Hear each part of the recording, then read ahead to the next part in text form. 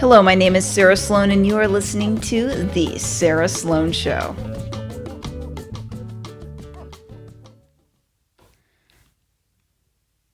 I've noticed a lot of YouTubers, they like to end their YouTube videos with peace.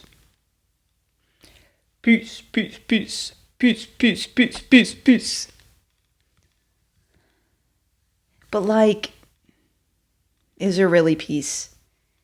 Is there really peace in the world? Or are they meaning another type of peace that maybe I'm not aware of? I don't know. I do feel like after I watch a video and this guy says peace, then I do feel a sense of peace over me. But that's the thing. I'm one out of how many billions of people on the earth? I don't know. I know what you guys are thinking.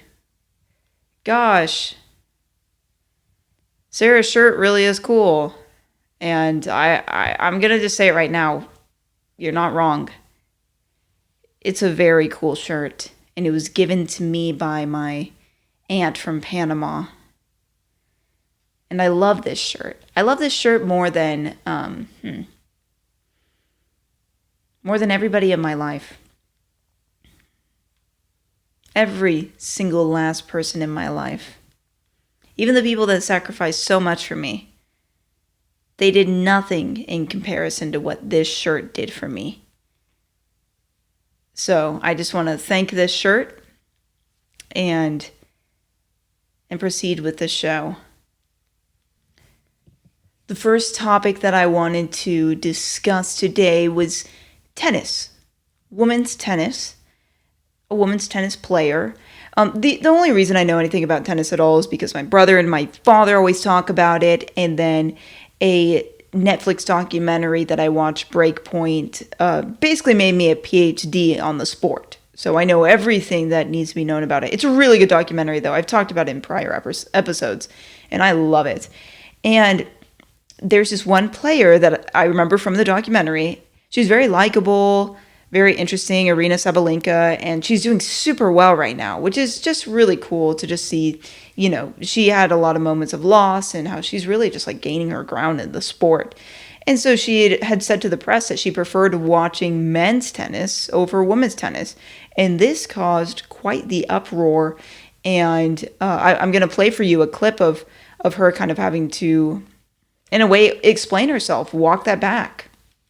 On the last days about you preferring to watch men's tennis over women's tennis can some way damage women's tennis?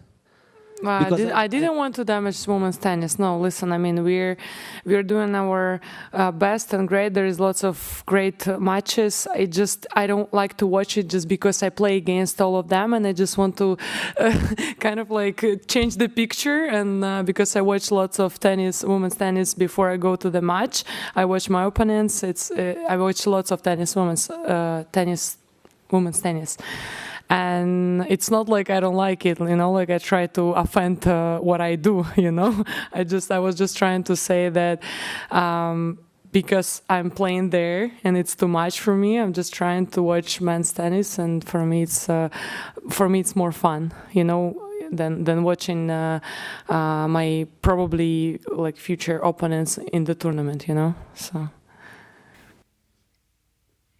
Is this hurting women's tennis? Her saying that. I really don't think so. If a famous male player for tennis said that he preferred watching women's tennis, what would that do? Would that make all the guys that are his supporters be like, me no like men's tennis no more because he say no more. Me only watch women's tennis. That's so stupid. Tennis happens to be one of those sports that men's tennis and women's tennis is very popular. It's not like that in every sport. I would say it's probably almost equally liked. That's what it feels like, at least. Serena Williams, that's a very famous name of a tennis player. Roger Federer, they're both really liked. What are we saying here? This is a woman. She is allowed to have preferences. Is she not? is she not allowed to have preferences? We're talking all about respecting women, respecting their thoughts and their opinions. And here she has one, and we don't respect it. And then we also don't even respect people that listen to her. Like, you think that the people that listen to what she says do exactly what she says? If she's like, hey, everybody, jump off a cliff right now. And I'm going to be like, me gonna go jump off cliff right now because Aryna Sabalenka, famous woman tennis player, she say that and me do what she say. What? We don't do what she says. We listen. We find it interesting. She's allowed to have those thoughts. And honestly, it makes a lot of sense. Women's tennis is her job.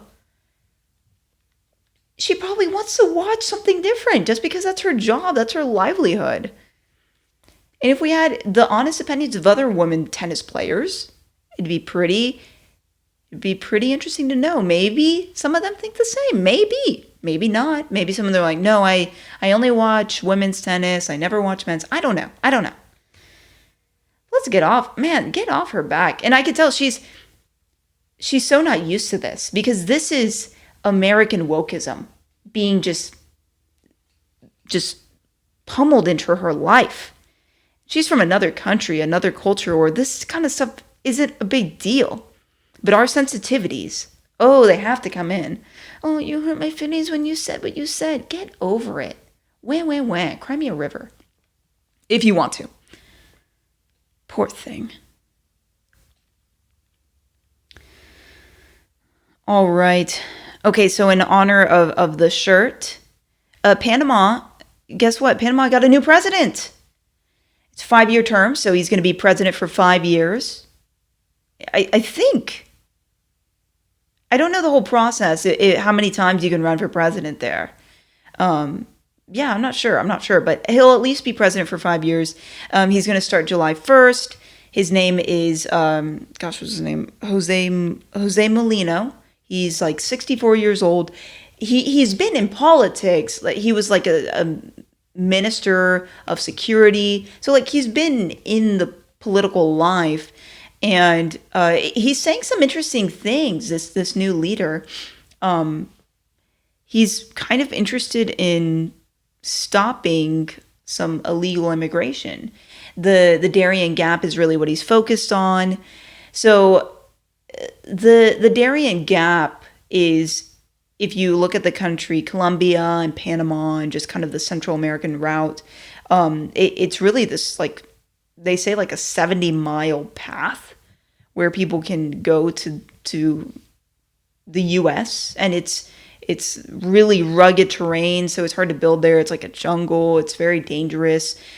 For immigrants that are wanting to go in through this path, they have to pay like $400 or something. I think last year they were saying that there was, and sorry, by they, I'm just meaning like articles that I read from like CNN and Epic Times, like 500,000 people traveled through the Darien Gap. I'm probably saying it wrong, by the way, so I'm sorry. But he's interested in kind of stopping that. He was even joking that he would maybe need to borrow some concrete from President Trump to be able to stop some of this immigration. So it seems very interesting indeed. And he won 35% of the vote. It was a 4-way race. So people have a lot of hope. Let me play this little video of his celebración. Mi presidente. República de Panamá. Aquí estamos porque hemos llegado con el voto mayoritario del pueblo panameño. Duélale a quien le duela. Yeah, it's exciting because it seems like this is going to be something new for Panama. Panama's been having just a lot of trouble politically, and I think their past president they were upset with because he was allowing really damaging, I think, copper mining that was hurting the environment to such an extent that people were all over the streets just protesting. So things haven't been super great in Panama, and having this new leader, we'll see what happens. It seems like things are going to be better, but who actually knows? The fact that he's wanting to stop illegal immigration and he has any kind of niceness in his tone towards Trump is very interesting. So, but it might go terribly. Who knows? A lot of these leaders, sometimes you can have good hope for them, and then, they disappoint. Biden is a good example of that. But hey, I'd rather have hope than not. Especially if one person along the way would be willing to shut down some immigration. That is what I really hope. If Trump becomes president, that he can actually build that wall all the way. I'll help at this point. Whatever I got to do. I've got muscle. Crazy muscle. It scares me how much muscle I have. Just like, gosh, I can't even walk through a doorway because I'm so strong. It just doesn't seem fair. It really doesn't seem fair. Okay, so there was an Apple event, and it was awesome because the commercial that they did was weird. So Apple, the computer company, whatever you want to call them. I love Apple. I'm going to be so honest with you. I've got an iPhone videoing this right now. Hey! I've got an iPad. I've got a MacBook that's almost 10 years old. It's actually approaching 9 years right now. It's very, very old. And I love Apple so much, so I actually watch the events in full. And it's usually just they're releasing new products or new, softwares, things along those lines. So this event that they had May 7th, and it was really just focusing on iPads kind of exclusively. And the commercial they did was very funny and scary. So let me play it real quick. It's called Crush. I'm not going to play it with any sound because copyright strikes, they're getting real, and it's awful. But it's kind of this hydraulic press, and it's just pressing in on all these different types of objects, computers, music related items, creative art stuff, and games even. And what it's trying to do is it's trying to say you don't need all these things. All you need is this very thin iPad. But of course it was funny because some people were like, if there was a hydraulic press crushing an iPad, the camera bump wouldn't be flat because it sticks out. So yeah, make that make sense. Yeah, I thought that was pretty funny. But then it has this face, this smiley face that's being squished down and its eyes are just popping out. And that's creepy. I wasn't a big fan of that. Okay, I kind of was. But then they talk about what's being released in the Apple event. And yeah, so it's a new iPad. Well, it's two new lines of iPads. The iPad Pros and the iPad Airs. And the iPad Airs are supposed to be kind of your mid-tier iPads. And then they came out with the bigger size. So there's an 11-inch and now a 13-inch. And so if you wanted a bigger iPad, now you can get it for cheaper because it's not as good of an iPad. But technically it is still good because they're using a very good chip in the, the processor for the iPad. And so cool. Yeah. So if you want a bigger iPad now, you can pay less for it. But it's not like it's even cheap. It's $800 starting. So it's still, it's pretty expensive. Then the iPad Pro, now they come with OLED screens, which if you know anything about the TV world, you want OLED screens. OLED is very fancy. OLED is very nice. OLED everything. And yeah, an 11-inch and a 13-inch. And they made these things super thin, which is funny because, I have an iPad. I got this probably over a year ago, and it was refurbished on Amazon. I paid $600 and something for it. And it was, an iPad Pro, and it's an 11-inch. And, I'm looking at this right now. I'm just okay, you tell me. Is that super thick?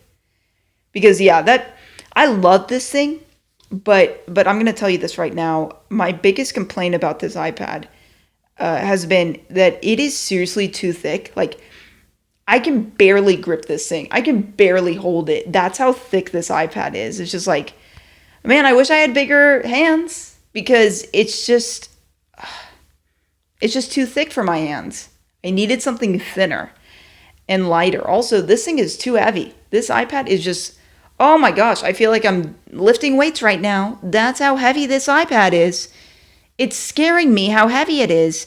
Thank God I only have the 11-inch, because if I had the 13-inch, probably would have broken an arm by now. Busted a tendon. I don't know. But in all seriousness, I love this thing. It's got 4 speakers, 2 on each side. And it's got 2 cameras, which, by the way, was taken away with the new iPad Pros. So they raise the price up, they take a camera away. Apparently they've taken like a microphone away. Like, there's just different things they've taken away. But the screen, this isn't OLED. The one that I have is not OLED, so it's a crappy screen. I've always loved the screen. I've thought it's been great. Whoever owned this iPad before me, God bless you, because it's a great iPad. I love it so much.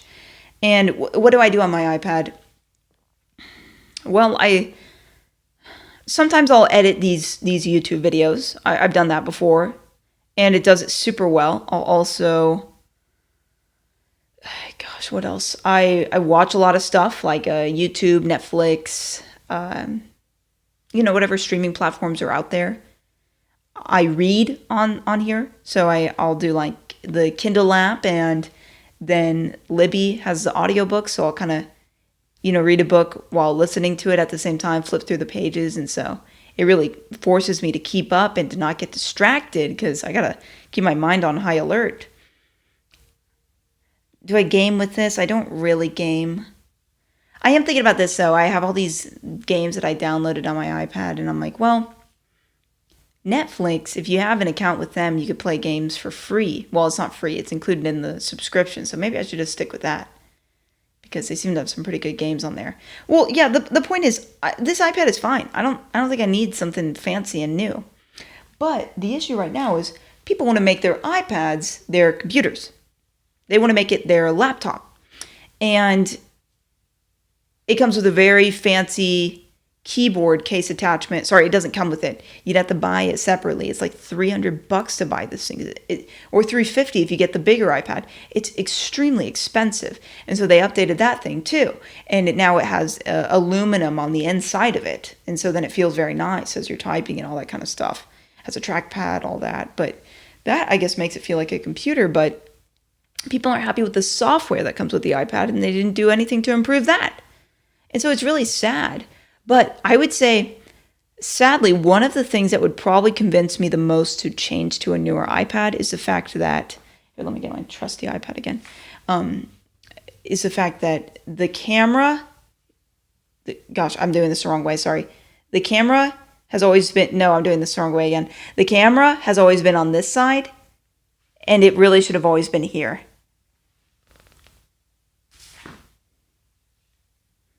That's what would have made me change. But is it worth all that money? And so I think I'd rather get like a refurbished iPad in a few years, again, from Amazon, because I love Amazon refurbished. So Apple. Yeah, and then it's like, oh, well, you got to get the new pencil and all that kind of stuff. I got like a $30 knockoff, and it served me very well. I can understand, though, if you like, if that's like your line of work and you have to do drawing with your iPad and all that kind of stuff, certainly, do what you got to do. But I'm telling you, this $30 one, it charges the same way the other one does, just magnetically on the iPad. It works amazingly. I'm sorry, I haven't seen the need to get anything nicer than that. So call me a freak if you want to. So, but, in June, Apple's going to have WWDC, and they're going to tell you what these iPads can do with the software. And maybe it can end up doing some cool stuff. So, we got to cross our fingers for that it's going to turn out pretty good.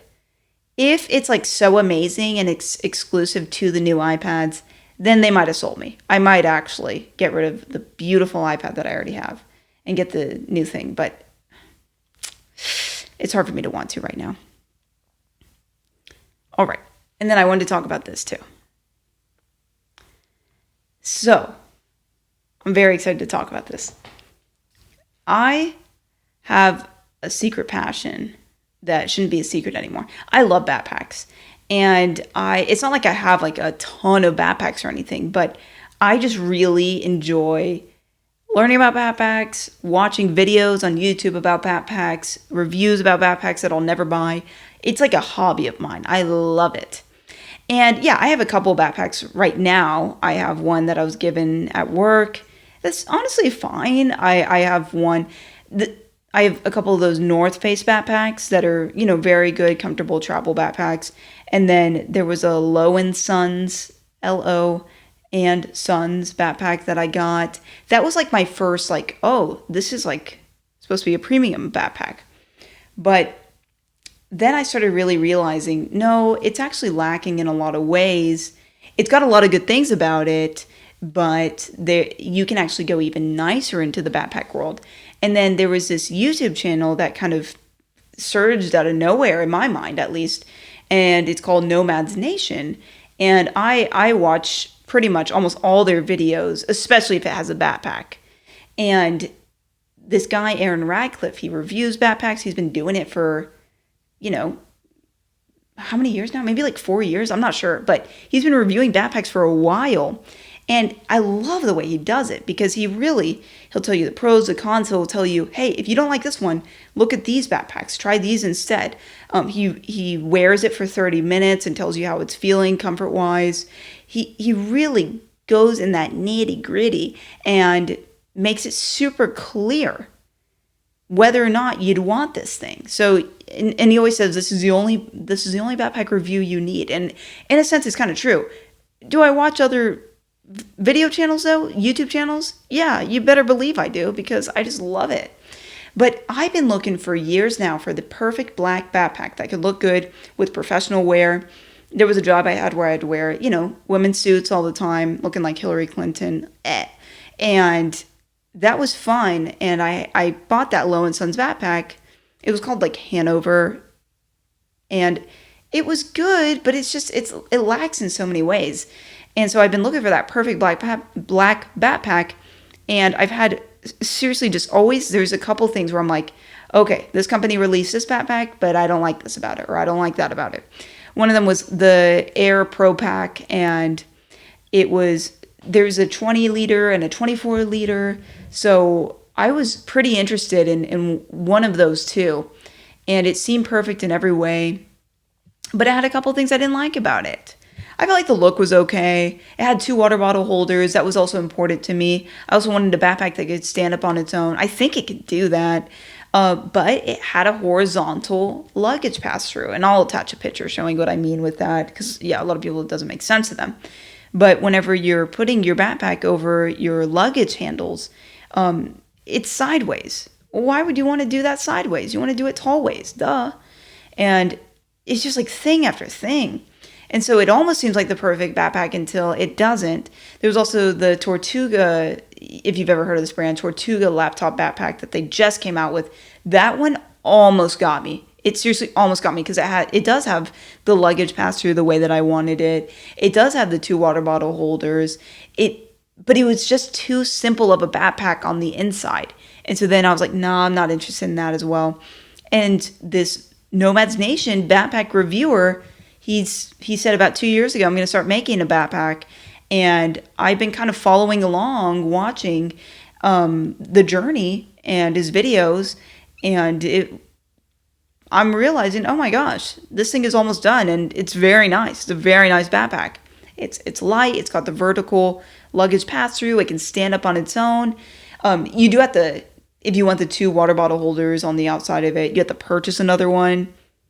But that's okay. Like, I'll live. Great laptop protection. It almost seemed like the perfect backpack. I think probably some of the other companies had a little bit more attractive backpacks in my eyes, but I'm sorry, this was still a very nice one. And then, yeah, you want a back panel that's comfortable, and the straps that feel like they can hold up. That was one of the issues I had with the Low & Sons backpack.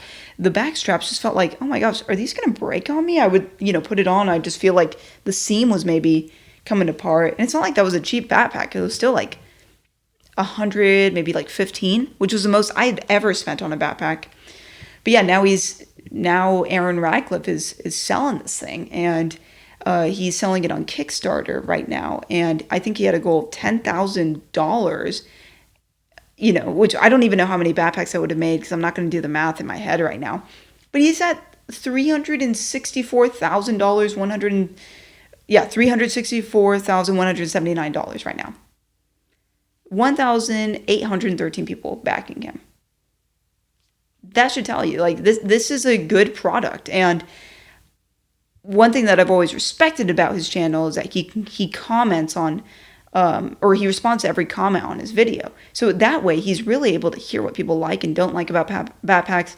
And then he's also able to, as he was making the backpack, he would get feedback from like focus groups and things along those lines. And I think that was very helpful for him along the way as well. Like, one of the ones that sticks out in my mind was he has the logo and he has it on his backpack, and it's like copper. And so it really sticks out on a black backpack. And he basically, through feedback, everyone's like, no, can it be black? And he could have so easily been like, no, it's my backpack, and I want the logo to stand out, and copper is much more noticeable than matte black.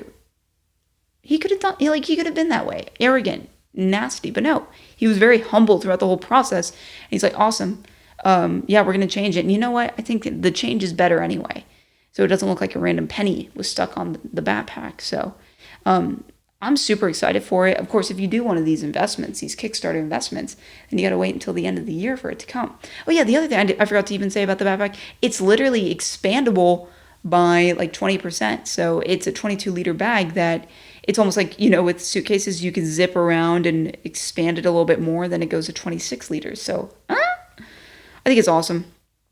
I think it's so awesome. So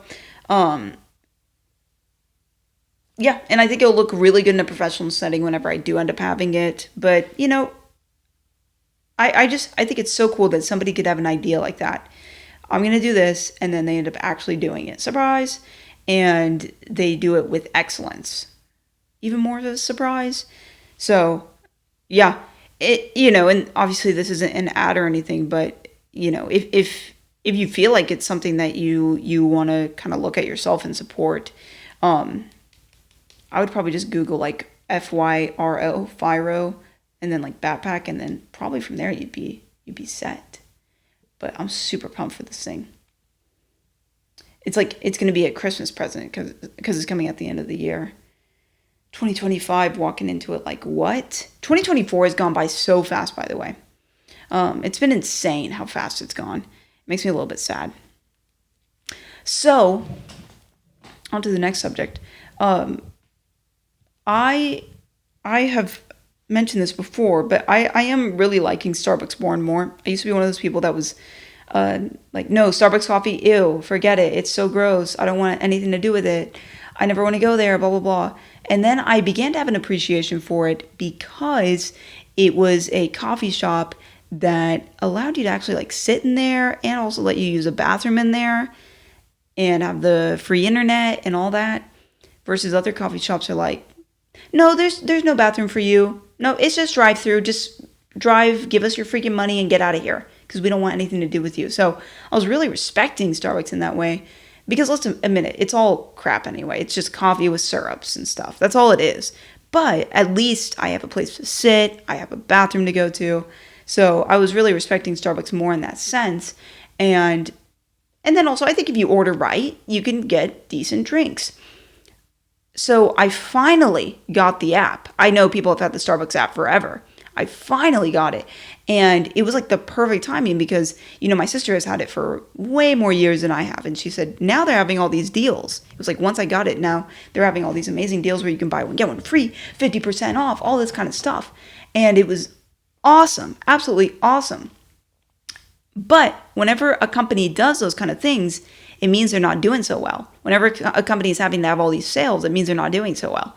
And so I think they're not. I think Starbucks is doing pretty poorly right now, which is sad. It's super sad. And I read this article about why it's maybe not doing the best. And it was such a long article. It like hurt my eyes. It was just so much reading. My gosh. It was just like, please stop writing so much. Like, I think we really, with articles, I think we really got to get back to just like a page. Like seriously, just a page. And it wouldn't hurt to do that. But it's called Starbucks Digital Dilemma. It's from Trung Fan 2. It's on readtrung.com. So I think it's this guy's blog, and it's a very interesting article. But what he's saying is that the app, first of all, Starbucks, the app, people load money into it because if you load your money into the app and you order, you can earn stars. And if you earn a certain amount of stars, then you can get a free drink, a free merch item, all kinds of stuff.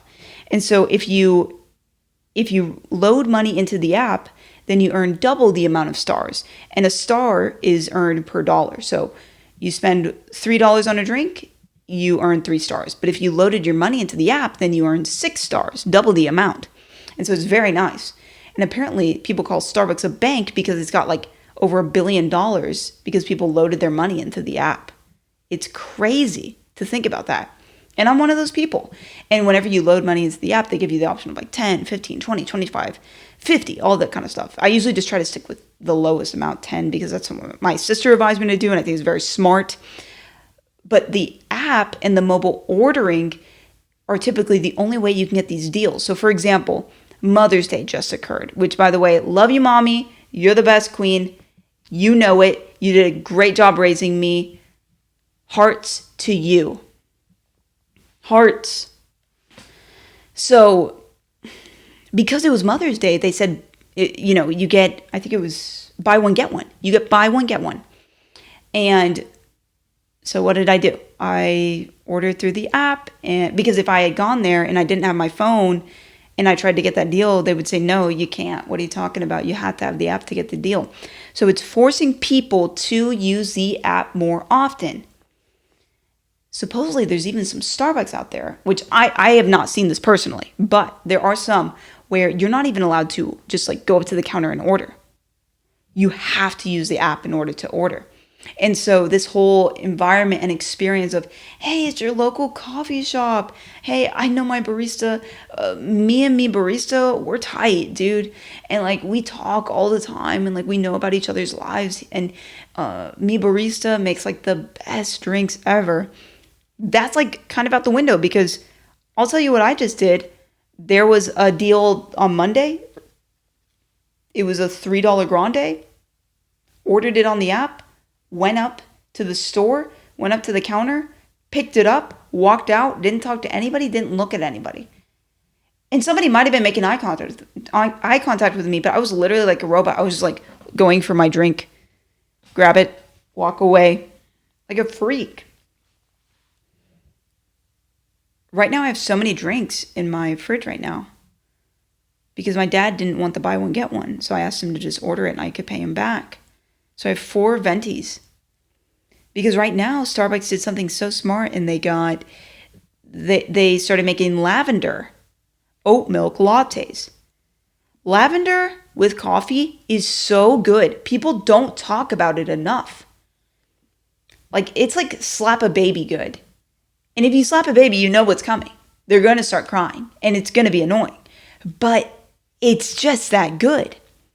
And it's not the highest sugar content either. It's got sugar for sure. Like if you look at the amount in like a frappe, I was about to literally say frappe. In a frappe, there's like 50 something in a venti, 50 something grams of sugar. In the lavender oat milk, there's like 27. So it's not terrible. But what I do is then I put the latte in a milk frother. It froths it up all nice. And then I add an espresso pod of coffee, shots essentially. And it makes it less sweet. And it's so delicious. And I can't stop. I need it infused into my bloodstream, and I need it now.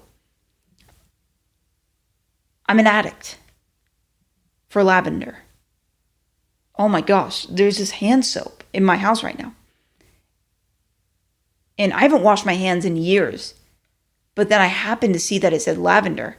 And so I started washing my hands with it. And I'm just like smelling my hands like crazy. I can't stop. The lavender is so nice.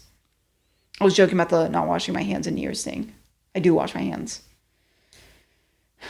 Because I know people are going to be like, oh my gosh, you don't wash your hands? That's so bad for you. I'm like, I was joking. It was a joke. But yeah, it's just insane. With Starbucks, you would think that these deals would help them.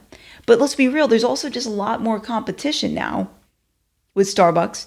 And then also, it's almost like the employees now, they're kind of like assembly line workers, is what the article is pointing out. Just like, make your drink. Okay, we have the order coming in from the app. Okay. It's almost like Diner Dash. You remember that app, that game? Oh, I love that game. But it's just like, hurry up, make Sarah's lavender latte or she's going to get angry. She's on level 1 of angry. She's on level 2 of angry. And she's going to explode and leave. But yeah, they're not doing well is the point. And also people are saying, hey, there's like local coffee shops that like handcraft the coffee. It's very commercialized in Starbucks. It's not really handcrafted by any means. Or it's like homemade lavender syrup and stuff like that, like other places I've been to in the past. And so if that's the case, it shouldn't cost so much money. It's too much money. And people are sick of it. They think it should be cheaper. So, but they're not going to put their prices down. But they are going to do all these deals, so it doesn't make a lot of sense. But yeah, you can spend like $8 at Starbucks now.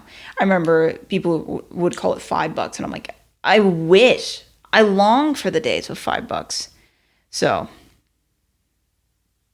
yeah.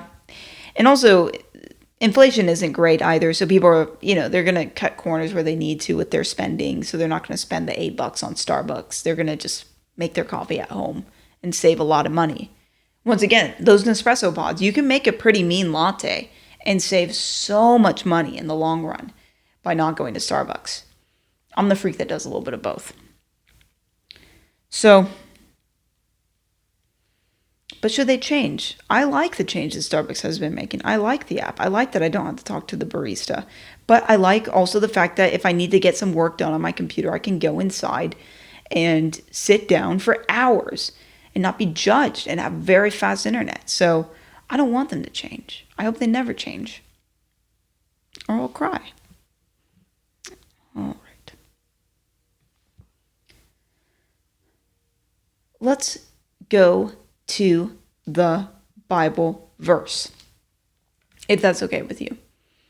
It's Proverbs 16:11. Honest weights and scales are the Lord's. All the weights in the bag are his work.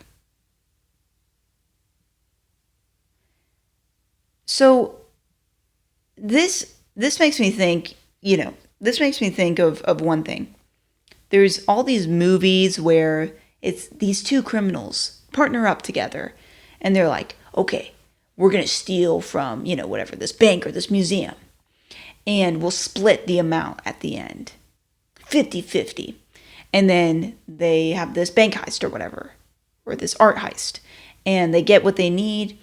And then right at the end, the guy shoots his partner. And then his partner's like dying. And he's like, hey, why would you cheat me? And always in my mind, I'm thinking, whenever I'm watching that scene, what'd you think? The foundation of your guys' agreement was the fact that you guys are criminals doing criminal-like activity, and yet you think somehow that you can trust this guy? That makes no sense. Of course you can't trust him. He's not trustworthy. He's a criminal. You guys are doing a crime. But somehow you thought you could trust him. So the foundation is wrong. Because if you were trying to operate like that with a Christian, then first of all, the Christian wouldn't even do it. They'd be like, hey, we're not doing the bank heist thing. That's wrong. And my God's against that. And so we're not doing that, first of all. But yeah, if you want to try to make money some other way, let's do it some better way. So then, honestly, let's be real, then the whole movie, like, for example, Ocean's 11, 12, 13, wouldn't even exist. Because the whole premise of those movies are that they're criminals, stealing. And usually it's like, well, this guy's more evil than us. We're bad, but he's even worse, It's just like it's a whole mess up of the moral structure. But then at least you wouldn't have to worry about getting shot by your partner at the end, because a Christian wouldn't do that. But the honest weights and scales are from the Lord. So all of this, everything is from the Lord. And even just the way that our economy works and business works. God created it. Everything is from him. And so we owe him all. And we also should owe him in the way that we honor his laws and obey him. And some laws are easier than others to obey. And there's some things where it's like, oh yeah, for sure, don't rob a bank. Doi. But then there's other things where it's like, oh, well, you were leaving the store and you were getting change from the cashier and they gave you a little bit more than you were supposed to get. And you're walking away and you're almost into your car, you could turn around and give that money back. But they wouldn't even notice. It's not a big deal. But you know what's right. And it's not this whole thing of karma. You do good, good comes to you. You do bad, bad comes to you. Like, for sure, if that's going to make you do the right thing in the moment, then okay, awesome. But it's that, are you pleasing the Lord? Because when it's just you and you're alone in your own thoughts, are you happy with your life? Are you really satisfied? Or do you kind of have this feeling of guilt and shame? And would you like some comfort and love and peace that only God can provide you? Would you like to remember the fact that somebody died for all of your sins? For all of my sins that I continue to commit? It's a blessing. It's an absolute blessing. And so whenever I go to bed at night and I close my eyes, I want good, healthy thoughts of my Savior. I don't want to think about, oh man, why did I do that? Oh, that was stupid. Oh, I probably hurt them. There's just a way to go about life, and there's a way not to go about life. And so yes, things are from the Lord. Things are his work. And he can help us and be a guide to us. And it would be such a blessing. Enough on that. If you can incorporate God into your life, I know you would be happier. And just to know him, and it would change everything. It'd give you a hope that you've never had before. Instead of just continuing in just the rut that you're in. Maybe you're not. Maybe everything's going perfect for you. But all I know is there's really great moments of life, and then there's really kind of sucky moments of life. And in those sucky moments, that's when it seems like you start to have that God-shaped hole a little bit more. The thing is, you still have it in the peaks, but you just don't feel it as much because maybe someone's really being nice to you, or a relationship's going really well, or you're making more money than you've ever made before, you're having success you never had before. But wouldn't you like some consistency? I would. And for the most part, I am able to have that because of God. I'm very grateful for it. So yeah, so whenever I walk into work every day, I'm not like, I hate my life. People are usually like, why are you so happy? Oh my gosh, what's the matter? Oh my gosh, can you stop like singing or being silly? I'm like, no, never gonna stop. Okay.